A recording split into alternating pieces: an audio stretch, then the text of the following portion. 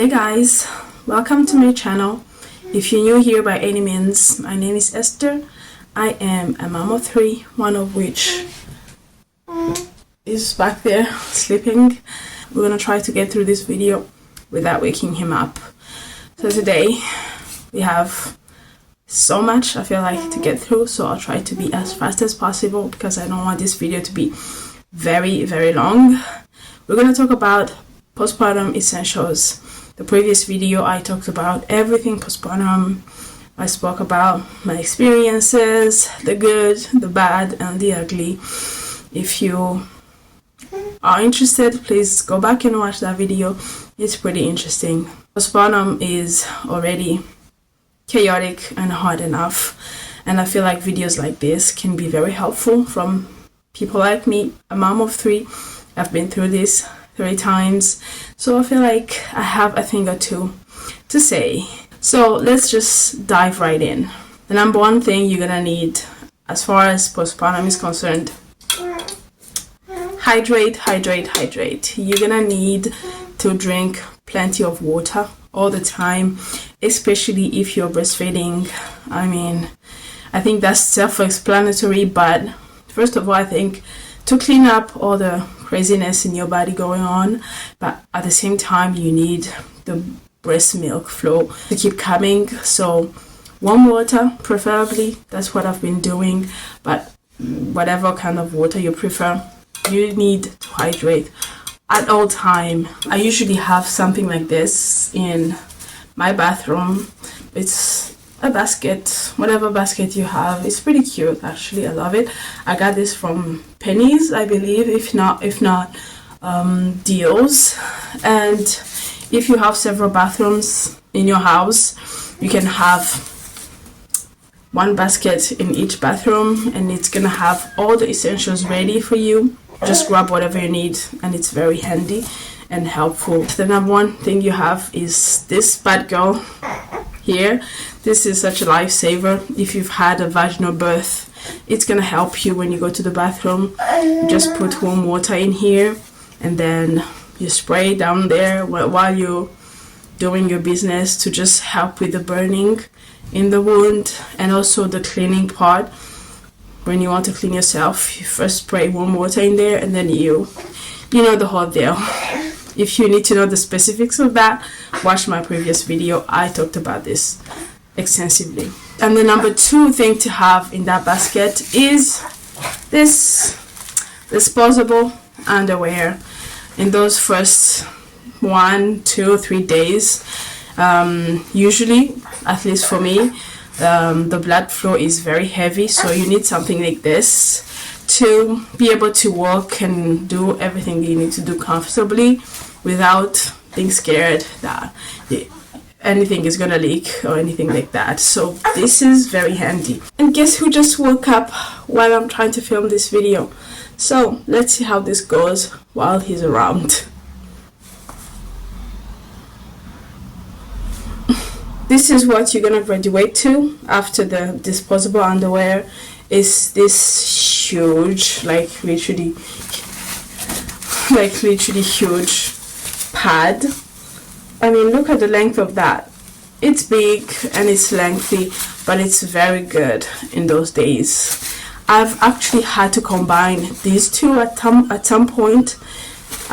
Put this on and then line with the pad because I had that big of a flow. So these are very handy in those times, and you're gonna be comfortable at least in that area.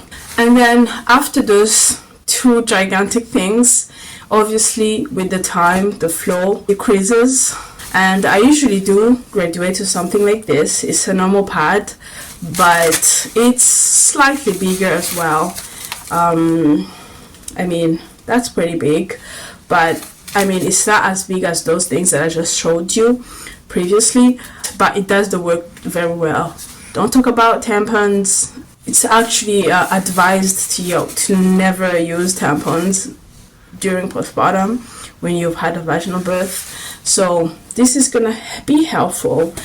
And speaking of this, there is these are we call them granny panties, and I usually have them folded like that. I mean, I have a way of folding them, and they are like this little packed little thing that look like this, but really they look like that. I've actually never used this because this time I bought so many, so these are unused. Don't worry, they're not dirty.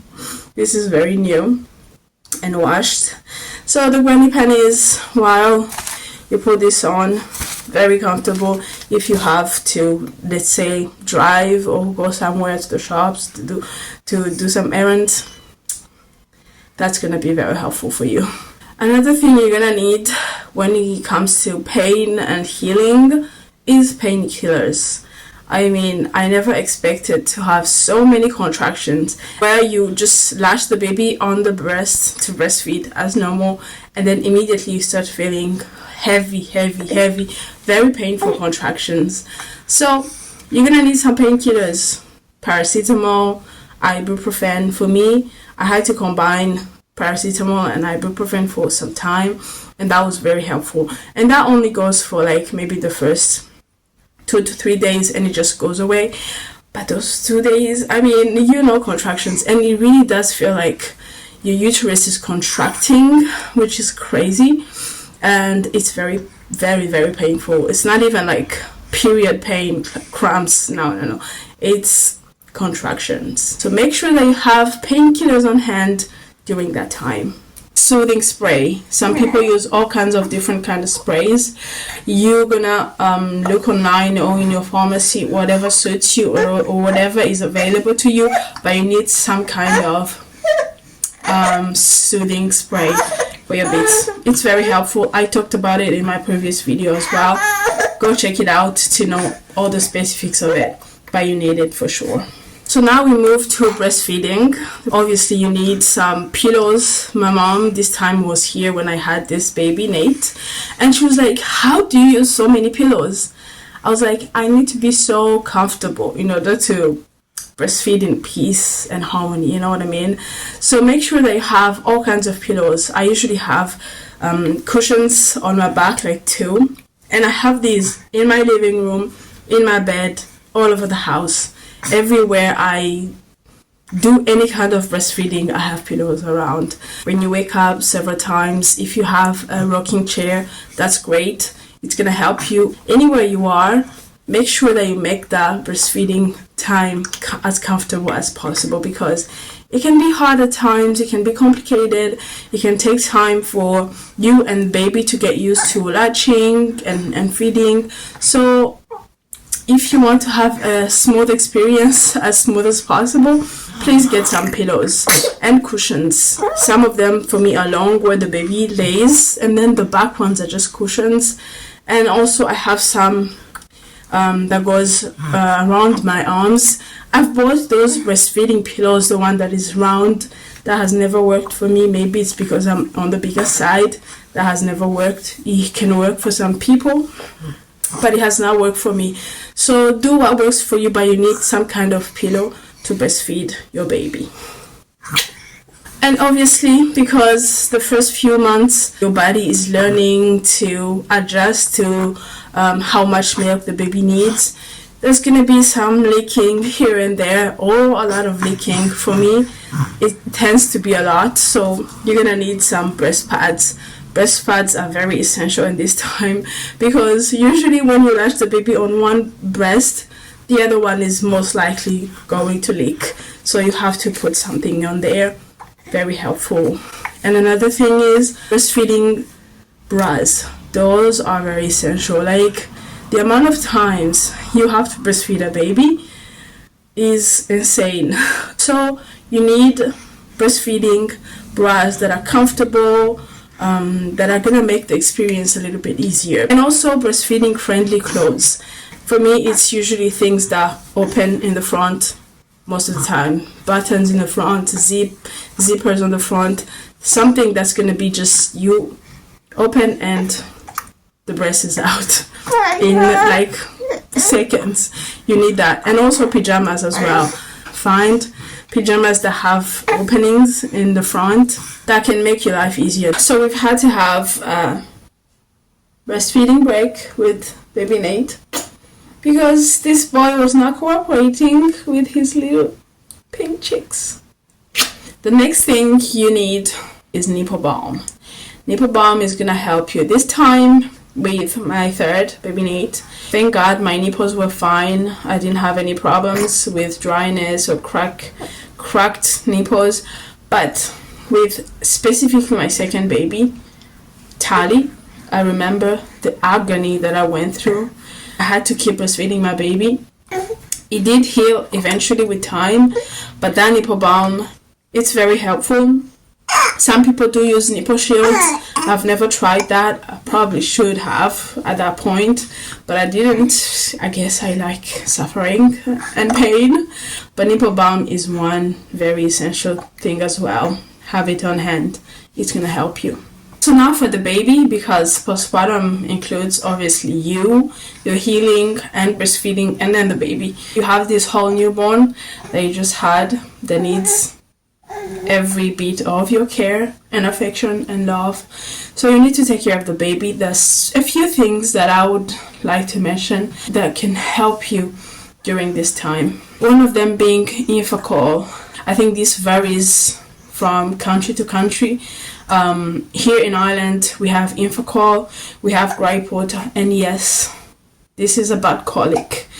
I've had two colicky babies, my first AJ and my second Tally. Tally was the worst. I went through the most grueling postpartum experience with Tally. She had colic maybe from 3 weeks, and that was hard. So Infocall, gripe water, and whatever else you can find out there, so you can try. But something for colic is very important, just in case. I pray to God for you mothers out there to not have a colicky baby. Another thing that you need is a bedside cot. I bought this when I was preparing for my second baby because the bedside, it was just very uncomfortable. I bought it on Amazon. It's not very expensive, but it's very helpful. I mean, because my second and third baby are very close in age, my bedside cot has been there. I've had to actually remove my bedside table and move it to the side and then have my cot very close to me because it has everything that I could possibly need. Spare clothes, nappies, wipes, all those things I just talked about, they live in my cot on my bedside. That helps me to not have to do trips in the middle of the night, going to grab anything outside of the room. It's very helpful. You need that.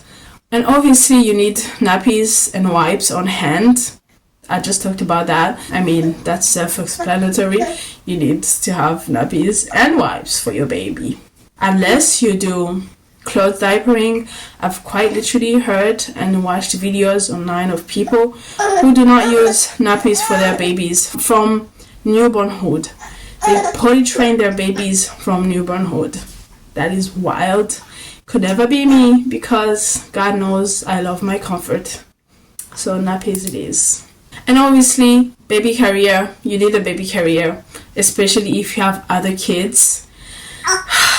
Believe it or not, when you have a newborn and another toddler, the toddler is probably going to give you more trouble than the baby. It takes them time to adjust to having a newborn, to have another baby around, to see mommy carrying another baby, breastfeeding. Up until this moment, my baby is almost 5 months, and my toddler still cries and have meltdowns every single time I breastfeed my baby. Like, it's crazy. You can tell that she's going through it. I've been trying and learning online, reading to see how I can help her adjust better to this, but honestly it's been rough for me and her as well. I can see that she's suffering somebody's jelly and it's been hard. But you need some kind of baby carrier to be close to your baby while you take care of everything else. You need both hands. In fact, you need more hands. If you could have like 4 hands, life would be so much better. But yeah.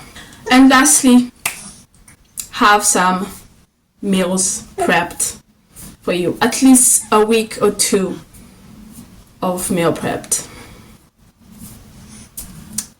I mean, cooking while going through all the craziness that we go through with postpartum is hard. If you can, please prepare a few meals for yourself and your family, some healthy meals for you.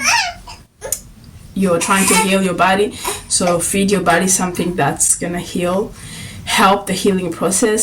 So meal prepping is the best thing you can do for yourself. So thank you so much for being here. I appreciate you watching this video.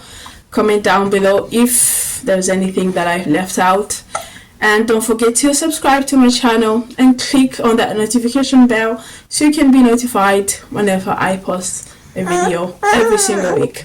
Bye.